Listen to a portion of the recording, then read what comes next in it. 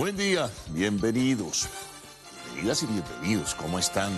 Estamos frente a una nueva responsabilidad informativa, por supuesto, y desde luego frente al desarrollo de una nueva jornada que nos lleva a la mitad de la semana porque es día miércoles 5 de junio. Bueno, como siempre, agradecerles la audiencia y desde ya también pues invitarles a que se incorporen y participen. Siempre lo decimos a diario para que puedan utilizar la red social X, antes conocida como Twitter. La gente no olvida el nombre, por eso hay que hacer la acotación siempre.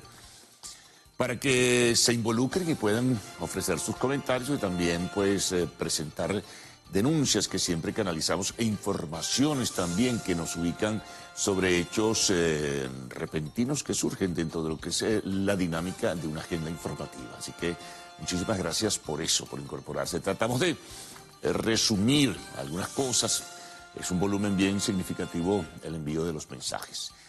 Bueno, la agenda tiene una serie de temas importantes, algunos que se extienden porque se suman muchas variables, como es el tema del proceso electoral, pero ya entraremos en detalles de inmediato en este resumen. Luego vendrá la importante reseña de los titulares de la prensa nacional, regional e internacional, la información del tiempo. Atención con esto, porque hay información que tiene línea meta en este sentido y siempre cerramos con ese envío de mensajes. Comencemos. Bueno, proceso electoral. ¿Qué ha ocurrido en las últimas horas? Bueno, ayer ya se ha publicado en la Gaceta Electoral el número de votantes o de las personas que tienen la calificación, pues, para participar e involucrarse en el proceso electoral, si así lo disponen, del 28 de julio. Son más de 21.392.000 personas inscritas con intención y propósito seguramente de votar. No lo harán todos, obviamente. Por ello digo intención y propósito en principio, no es lo que se desea.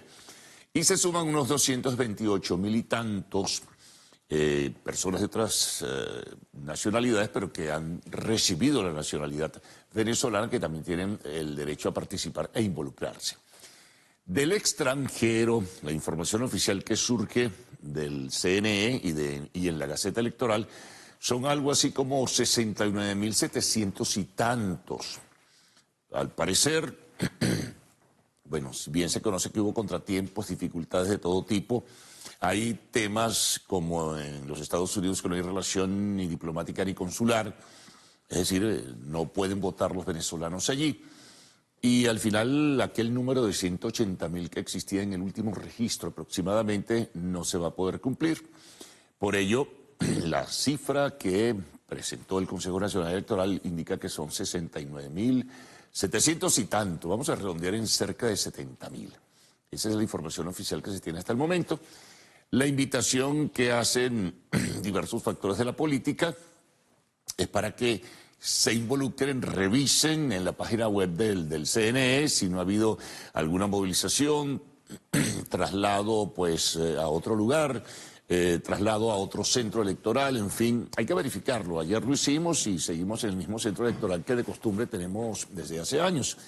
Pero bien vale la pena que lo hagan ustedes, para que no les tome de sorpresa ni lo vayan a hacer a última hora y se encuentren con que a lo mejor ya no están en el mismo centro electoral de antes. En las cifras que ofreció el CNE hay movilización hacia otros centros electorales de algo así como más de 29.000 personas, así que revise por favor que es importante. Pero ya de lleno en lo que es el movimiento de campaña y de promoción electoral, hay temas importantes. Ayer se conoció una información extraoficial de parte de un vocero de la Unión Europea, donde ya dan por perdida su participación en el proceso electoral venezolano por la decisión que anunció el Consejo Nacional Electoral de revocar la invitación por el tema de las sanciones y de una revocación parcial que hizo este grupo de países, 27, que integran la Unión Europea.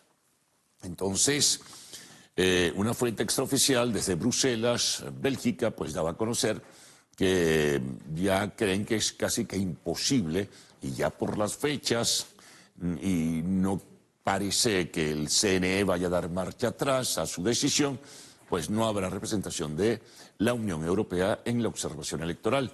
Como tampoco, bien se conoce, lo hará Colombia, lo anunció la semana pasada el canciller Murillo, ni tampoco Brasil. Lo digo porque son gobiernos cercanos o aliados en alguna medida al gobierno venezolano. Brasil, su tribunal electoral también lo anunció que no, sin dar mayores detalles, que no participará en la observación electoral. Habrá individualidades de Colombia y de Brasil que vendrán a Venezuela seguramente por invitación de otro tipo. Pero bueno, ya la Unión Europea casi que lo descarta. Es de imaginar que en algún momento el alto responsable o alto comisionado responsable de los asuntos exteriores, Josep Borrell, lo anunciará de manera oficial. Bueno, pero sobre la campaña electoral como tal, siguen los debates, siguen las denuncias, siguen los señalamientos, siguen las críticas entre uno y otro factor. Por ejemplo, ayer en un acto en Isnotú, en el estado Trujillo, Nicolás Maduro decía que sentía y tenía el convencimiento que van a ganar por paliza, en ese sentido, la elección del 28 de julio. Estuvo de visita en la tierra de José Gregorio Hernández, el siervo de Dios. Ya ofreceremos detalles de inmediato sobre un pronunciamiento de la Iglesia venezolana en este sentido por el anuncio que hizo el lunes Maduro. Bueno, él estuvo allí y entonces habló de esto. Mientras tanto, en otras intervenciones, otros dirigentes del Partido Socialista Unido de Venezuela, Jorge Rodríguez, concretamente jefe de campaña, además presidente de la Asamblea Nacional, decía que un poco repitiendo el planteamiento que han hecho otros dirigentes del partido del gobierno, que seguramente con el resultado electoral del 28, la oposición perdida, según su criterio, pues no reconocerá pues el triunfo electoral de Maduro, y entonces argumentará lo mismo que hace la oposición de México en este momento, señalando que hubo un supuesto fraude en la escogencia de la presidenta de ese país, Claudia Sheinbaum. Hizo un parangón en ese sentido, pero hubo algo interesante. Como se está hablando de la necesidad de respetarse, se habla mucho en la retórica del discurso político, pues ayer planteaba Jorge Rodríguez que retaba a la oposición a que firmara un documento ante las autoridades del CNE donde aceptan reconocer el resultado electoral del 28 de julio. Gane quien gane. Bueno, habrá que esperar en el día de hoy si hay alguna respuesta de diferentes factores de la política. Por ejemplo, el único que ayer dijo que estaba dispuesto a firmar un documento en ese sentido fue el secretario general del Partido Acción Democrática, cuyo candidato es Luis Eduardo Martínez. Entonces, que cuando lo deseen, ha de firmar ese documento reconociendo el resultado electoral del 28 de julio. Habrá que saber qué pronunciamiento tiene la plataforma unitaria y su candidato Edmundo González Urrutia. Por cierto, ayer González Urrutia señalaba que hay tres factores fundamentales que tienen que convertirse en fundamental para un eventual triunfo electoral. Uno, la movilización masiva, el voto masivo y de la mayoría del país. Dos, la observación internacional. Y tres, la presencia permanente, sostenida en las mesas de votación, con la presencia permanente y sostenida de los testigos. Sobre el tema de la observación electoral, por cierto, en un acto donde participó junto a la dirigente política María Corina Machado, pues González Urrutia, María Corina Machado decía que era necesario que se revisara o que el CNE revisara la decisión que tomó frente a la Unión Europea, pero por los antecedentes y por lo que les acabamos de relatar hace un momento parece poco probable porque la propia Unión ya lo da por un hecho que no podrá involucrarse y participar. Bueno, seguimos. Hay otros temas también vinculados que desarrollaremos sobre el tema electoral. El tema de la canonización. Generó revuelo el anuncio que hizo el día lunes en su programa en la televisión estatal Nicolás Maduro. Han respondido. Primero, el primer vicepresidente de la Conferencia Episcopal Venezolana, Monseñor Mario Moronta, obispo de San Cristóbal, desde Roma, donde se encuentra, diciendo que no hay nada oficial, que el Vaticano será únicamente el autorizado en definir las cosas, que sí se está avanzando y que probablemente haya en cualquier momento un anuncio, pero que no hay nada oficial en ese sentido sobre la canonización de José Gregorio Hernández. Y, digamos, el responsable de llevar la causa, otro sacerdote venezolano, pues decía más o menos lo mismo. Monseñor Baltasar Porras dijo que la información oficial solo la puede ofrecer el Vaticano, ya lo había dicho la semana pasada cuando corrieron rumores. Y una periodista especializada en estos hechos en Roma dijo que eso no era verdad, que no había canonización, que ni siquiera el último milagro de José Gregorio Hernández, que está siendo evaluado, ha llegado a un consistorio, que es una especie de asamblea de cardenales, que en última instancia es la que decide y sugiere o presenta al Papa Francisco, en este caso, pues su opinión positiva en este sentido. Así que no hay nada oficial, según la Iglesia Católica, sobre esta canonización. Continuamos. Atención, efectos de la Ley de Pensiones y Seguridad Social. No es el nombre exacto, pero es la orientación que tiene este instrumento que ya fue publicado y promulgado y ya en Gaceta Oficial, promulgado y publicado en Gaceta Oficial. Entonces, los colegios privados van a tener que pagar también ese 9% que ha dispuesto sobre la nómina de trabajadores. En ese sentido, entonces, la Asociación de Instituciones Educativas Privadas ha dicho que no le queda más remedio que tener que aumentar las mensualidades para el próximo, no solo periodo escolar, sino que incluso desde el mismo momento en que entró en vigencia, es decir, que a lo mejor los 2 últimos meses, junio y julio, pues tendrán una recarga en la mensualidad porque se tienen que asumir esos compromisos. Así que padres y representantes pendientes, porque es el anuncio que se hizo, porque tienen de alguna manera que asumir entonces esta nueva carga tributaria. Otra información tiene que ver con petróleo. Bueno, ya ayer había algunos comentarios en ese sentido que se confirman de que Venezuela, a pesar de las sanciones que serían supuestas o presuntamente renovadas, ¿no?, en algunos casos, pero que llevan matices, pues en el mes de mayo exportó más petróleo y gas hacia los Estados Unidos y productos químicos. Subió esa producción en un 30%. El 31 de mayo venció ese plazo, ¿verdad?, que daba el gobierno de los Estados Unidos, pero siguen otorgándose licencias para algunas empresas y sigue la operación petrolera asociada de transnacionales del petróleo, entre ellas Chevron de los Estados Unidos y otras, con PDVSA. Por ello se dice que, bueno, son unas sanciones muy singulares, muy particulares, que no son tan sólidas ni tan recias como las que hubo en su momento.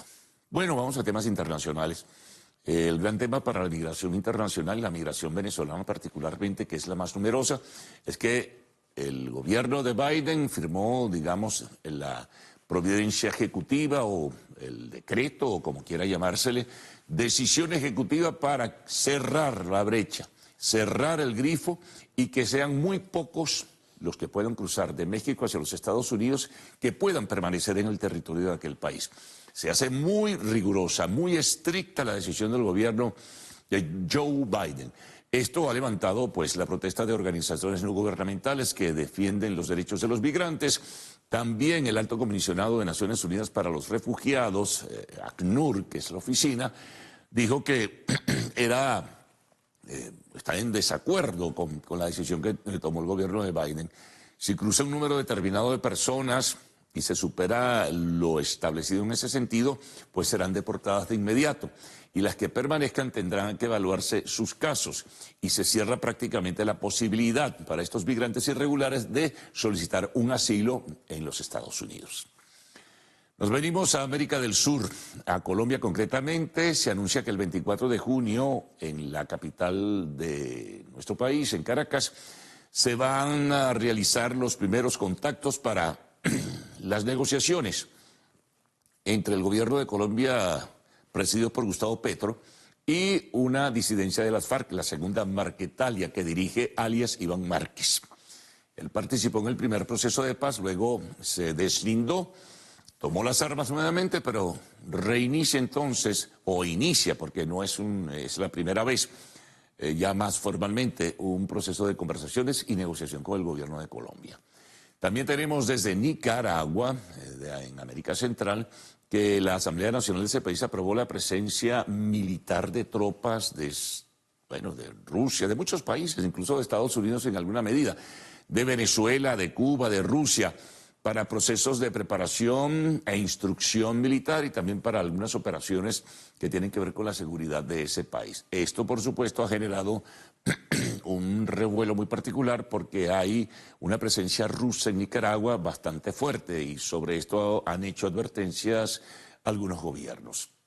Bueno, y otra información, hay varias, el caso del hijo del presidente Biden en los Estados Unidos, Hunter Biden. Bueno, sigue su juicio, pero hubo un foco especial sobre el problema que ha tenido de adicción a las drogas. En el desarrollo de las deliberaciones de ese juicio se habló de este tema. Nos vamos con los deportes. Bueno, buenas noticias y malas noticias.